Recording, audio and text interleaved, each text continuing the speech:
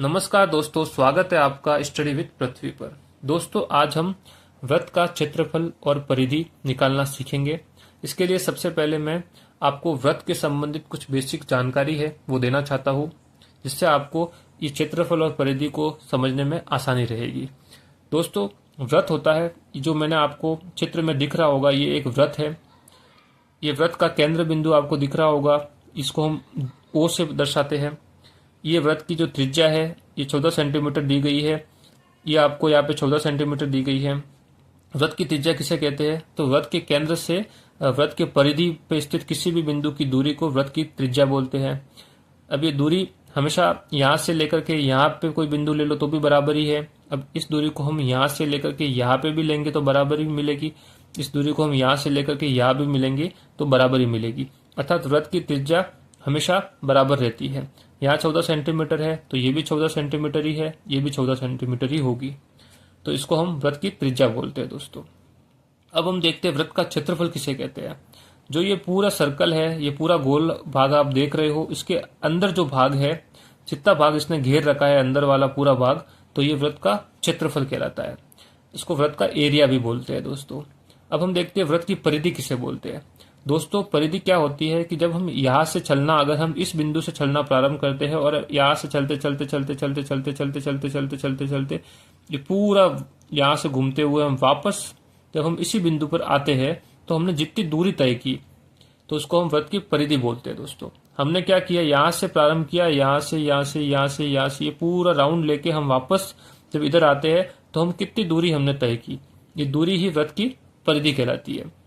तो आपको दोस्तों क्षेत्रफल और परिधि के बारे में जो बेसिक था वो मैंने समझा दिया है। अब हम इसके बारे में, इसके जो फॉर्मूले हैं, उसके सूत्र है वो पढ़ते हैं। उसके बाद हम ऐसे वृत्त की त्रिज्या जो 14 सेंटीमीटर हमें दी गई है उसका क्षेत्रफल और परिधि निकालते हैं दोस्तों।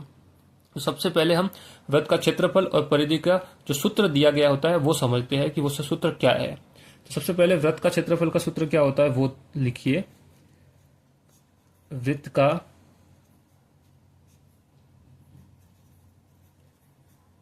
क्षेत्रफल, वृत्त के क्षेत्रफल का फॉर्मूला हमें जो याद करना है वो है पाई, और यह हो जाएगा आर और स्क्वायर हो जाएगा दोस्तों। ये वृत्त का क्षेत्रफल का फॉर्मूला है। अब हम देखते हैं कि वृत्त की परिधि का फॉर्मूला कितना है। तो वृत्त की परिधि, वृत्त की परिधि का फॉर्मूला जो हमें मिलेगा वो है 2 पाई और आर दोस्तों। अब आपको ये दोनों फॉर्मूले हैं, वृत्त का क्षेत्रफल का और वृत्त की परिधि का। वृत्त का क्षेत्रफल का है पाई, आर का स्क्वायर है। आर का स्क्वायर मतलब क्या होता है, आर गुना आर, आर को 2 बार गुना करना है। वृत्त की परिधि क्या होती है, बराबर 2 पाई और आर होती है दोस्तों। अब हमें इस फॉर्मूले में ये समझना है कि पाई क्या होता है, आर क्या होता है, ये समझना बहुत जरूरी है दोस्तों। तो सबसे पहले हम इस फॉर्मूले में जो दिए गए हैं हमारे मान, उनको समझते हैं। तो हमें सबसे पहले दिया है पाई। पाई का मान दोस्तों होता है, पाई बराबर, हम इसको 22/7 लिखते हैं दोस्तों।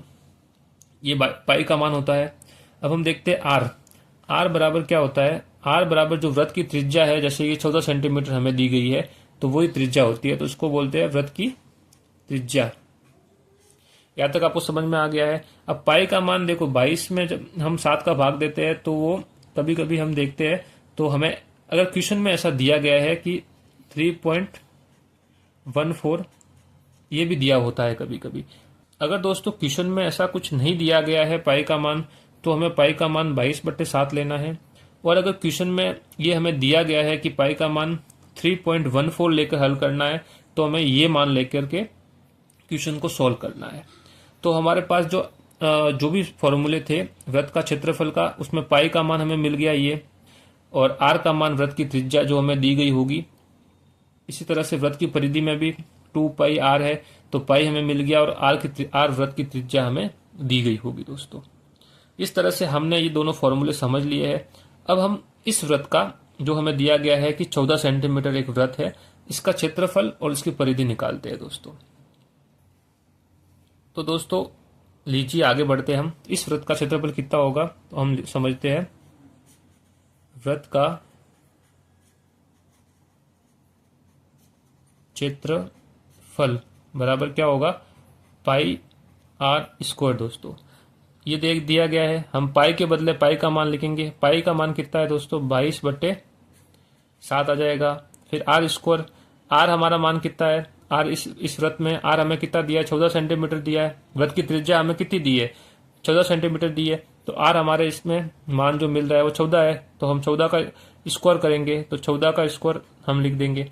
14 का स्क्वायर को हम क्या लिख सकते हैं, 22/7। 14 का स्क्वायर मतलब 14 को 2 बार गुणा करना है। यहां तक आपको समझ में आ गया होगा। अब दोस्तों जो कटेगा उसको काटना है। तो लीजिए दोस्तों, 7 के टेबल में 14 आते हैं, 7 एकम 7, 7 दूनी 14। तो ये 2 बार यहां से ये कट गया दोस्तों। अब हमारे पास क्या बचा, एक तो बचा 22, एक बचा 2 और एक बचा 14 दोस्तों। या ये बच गया हमारे पास। अब हम इसको गुणा करेंगे तो क्या आएगा, 22 का गुणा 2 से करेंगे तो कितना आएगा, 44, 44 हो जाएगा। उसका गुणा 14 से करना है। तो दोस्तों हम 44 का गुणा जब 14 से करेंगे तो हमारे पास जो मिलेगा वो होगा 616 मिल गया। अब हमारे पास जो वृत्त का क्षेत्रफल होता है इसकी जो इकाई लगानी होती है कि ये 616 क्या है, सेंटीमीटर है कि सेंटीमीटर स्क्वायर है, क्या है। तो इसके लिए हमें क्या करना पड़ता है, जो वृत्त की त्रिज्या दी गई होती है वो किस इकाई में दी गई है, वो कौन सी यूनिट में दी गई है। तो दोस्तों हमें वृत्त की त्रिज्या यहाँ पे किस में दी है, सेंटीमीटर में दी है। तो एरिया होगा वो जो भी त्रिज्या दी गई है उस इकाई का स्क्वायर कर दीजिए। जैसे यहाँ सेंटीमीटर दिया है तो एरिया होगा, क्षेत्रफल होगा वो सेंटीमीटर स्क्वायर हो जाएगा। इसी तरह से अगर यहाँ पे मीटर दिया होता तो जो वृत्त का क्षेत्रफल हम निकालते उसकी इकाई होती है वो मीटर स्क्वायर हो जाती। तो हमारे पास यहाँ पे क्या सेंटीमीटर है, तो हम इसको सेंटीमीटर स्क्वायर लिख देंगे। तो हमें दोस्तों क्या मिला, सेंटीमीटर है तो हमारे क्या हो जाएगा, 616 का सेंटीमीटर का स्क्वायर हो जाएगा दोस्तों। यहां तक आपको समझ में आ गया होगा कि वृत्त का क्षेत्रफल हमने कैसे निकाला।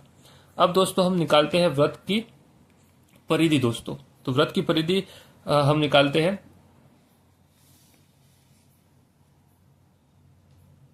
तो दोस्तों लीजिए, वृत्त की परिधि का फॉर्मूला कितना होता है, 2 पाई और आर होता है दोस्तों।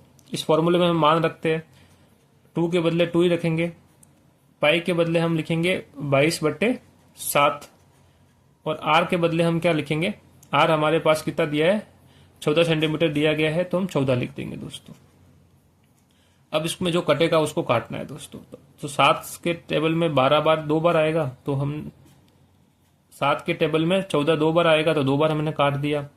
अब इसमें क्या बचा, 2 गुणा 22 गुणा 2, हमारे पास आया 2 गुणा 44, ये हो जाएगा दोस्तों 88। तो हमारी जो वृत्त की परिधि आएगी दोस्तों वो 88 आएगी। और ये किस में आएगी वो भी देखना है आपको।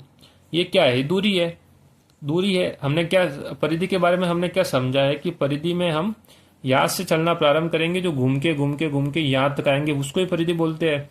तो ये क्या है, यहाँ से हम चलना प्रारंभ करेंगे यहाँ तक आएंगे, ये एक दूरी है। तो दूरी हमेशा सेंटीमीटर में होगी या मीटर में होगी। तो यहाँ पे हमें सेंटीमीटर दिया है तो ये दूरी भी सेंटीमीटर में ही होगी। जो यहाँ पे इकाई दी गई होती है त्रिज्या में उसको ही इसमें लेना है दोस्तों। तो ये 88 है, तो यहाँ पे क्या हो जाएगा, 88 सेंटीमीटर दोस्तों। तो दोस्तों इस पूरे वीडियो में मैंने आपको वृत्त का क्षेत्रफल और वृत्त की परिधि को निकालना सिखाया है। मैं आशा करता हूँ कि आपको ये वीडियो समझ में आ चुका होगा। इसके रिलेटेड अगर कोई डाउट है तो आप मुझे कमेंट कर सकते हैं। अगर आपको वीडियो अच्छा लगा है तो वीडियो को लाइक कीजिए, वीडियो को शेयर कीजिए। अगर आप हमारे चैनल पर नए हैं तो हमारे चैनल को सब्सक्राइब कीजिए। दोस्तों मिलते हैं नए वीडियो में नए टॉपिक के साथ। धन्यवाद।